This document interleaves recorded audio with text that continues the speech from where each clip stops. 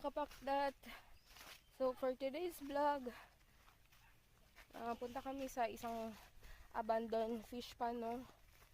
Para maglatag kami ng puko tawagin. Ay, lambat pala, lambat. So ayun. Yan, pangpang na yan dyan. Pangpang na may fish pond.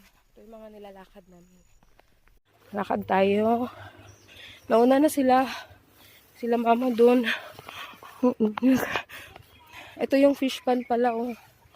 Yan. Diyan maglalatag si mama mamaya.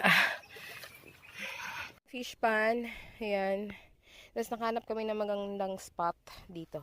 Dito kami magluto-luto mamaya. Pag may nakuhain, may lutuan. Pala may naman din nagluto di ama, oh. Oo.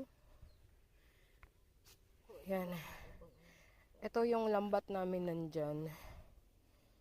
Kasama syempre si Kisses, Ilingge.